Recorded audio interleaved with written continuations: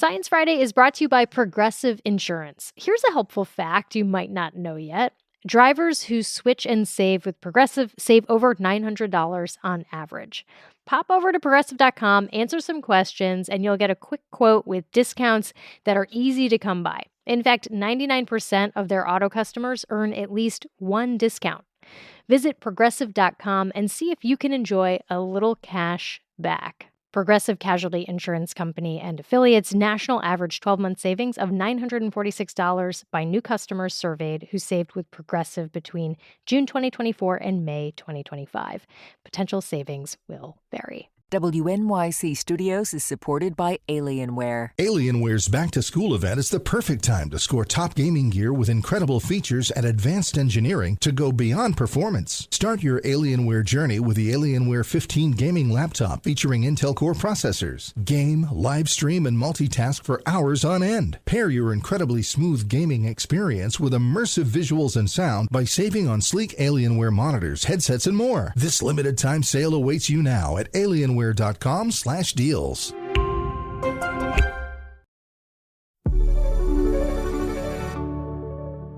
Hey, it's Flora Lichtman, and you're listening to Science Friday.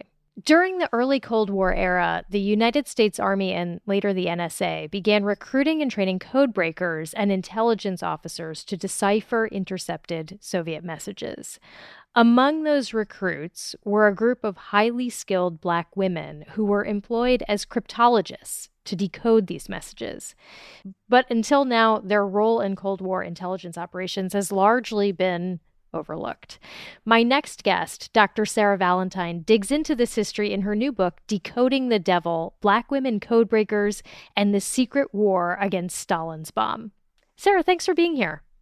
Thanks for having me. How did you come across this story? So I came across the story kind of by accident. I was looking at a website, and it turned out to be NSA's website, and there was a little history section about this group. It was called Invisible Cryptologists, and it discussed these Black code-breaking specialists who learned Russian and were part of this top secret project on Soviet nuclear intelligence. And I thought, I need to know more about this. And this was, over 10 years ago, but I never found anything. So eventually, I decided to write the book myself. And this is sort of a topic near and dear to your heart, right? Because you have a background in Russian language. Yes, my PhD is in Russian literature, and I taught Russian literature and Soviet history for a long time. I also happen to be a Black woman. So when I came upon this subject, I just thought, yeah, this is really fascinating.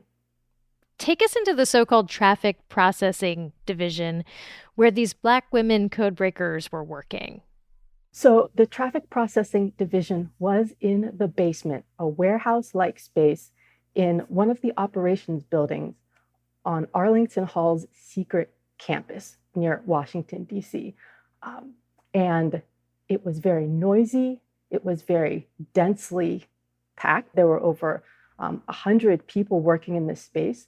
And they had a white manager who was part of the military, and it was segregated. So the operation was upstairs, downstairs. So the white analysts, and the people doing the higher level code breaking work, they were upstairs.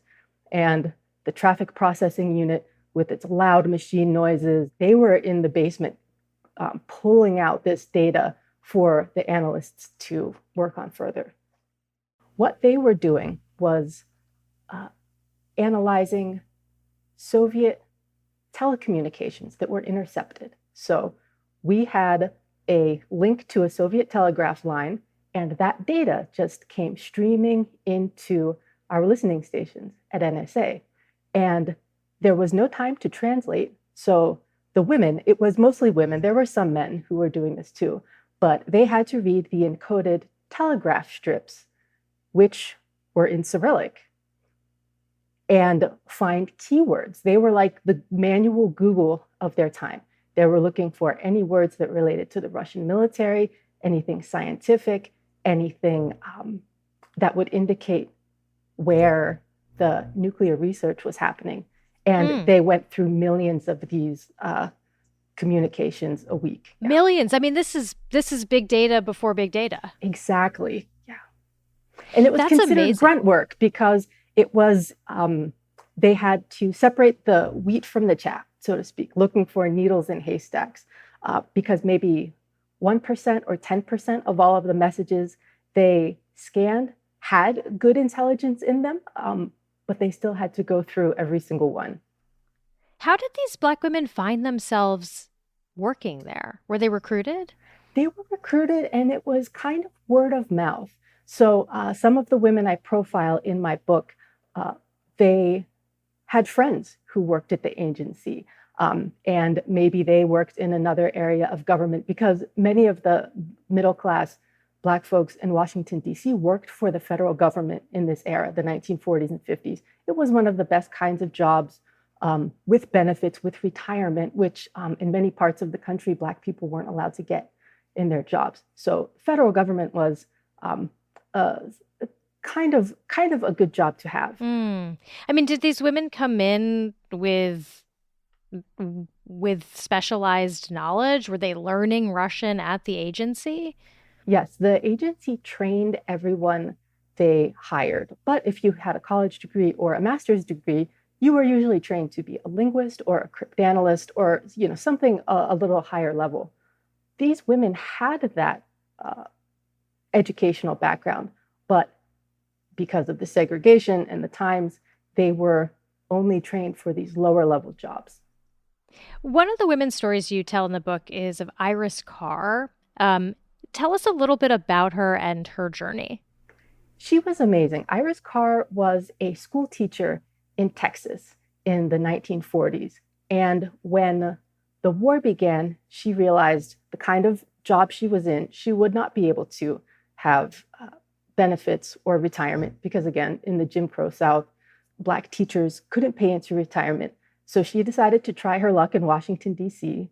and drove herself. This is a time when few Americans had cars. She drove herself to Washington, D.C., got a job in the federal government, eventually ending up at the agency, and worked her way up through the ranks from that traffic processing division into a position where she could really help others improve their careers. A manager. Yes.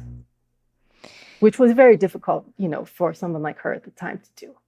We talk about computing a lot on the show and the history of computing, and I think often we have a very specific image of a person in our heads, and he's wearing a turtleneck. These women are working right around the time when computers are introduced, I think, right, in the late 1940s. How are they part of that history? They are really at the foundation of it. They were basically the GPU of this operation, the general processing unit. And they were doing it all manually. They were being worked as if they were machines. And it was just at the time that the agency was realizing we have to automate these processes, because even with the vast amount of intelligence they were producing, the agency still wanted more. There was just an endless kind of hunger and need for this data. And so they helped to train a program. Again, it was a top secret, early machine learning project called Soap Flakes. And they taught it to read. Soap flakes? Soap Flakes. It's so random. Okay. And they had a list of 1,500 Russian keywords. And that's what they looked for when they were scanning through these, telegram strips, scanning. And they trained this special purpose machine. It wasn't general computing just yet. Trained it on these same keywords. Engineers were building the machine. They weren't doing that part, but they were helping to train it. And once it got up and running in the mid-1950s, that was the end of the traffic processing unit. They essentially put themselves out of work by training a language machine. It sounds very familiar. It does. Sounds quite familiar. I mean, given that, were these women able to sort of build off of this experience, or was this just sort of a moment? The computer made them obsolete and the job was done? For some of them, yes, it was a pathway, and it could have been a pathway for more of them. But at the agency, several people in their interviews, because much of the information in the book is based on declassified interviews that I was able to get from NSA that were first-person perspectives from the women who did this work.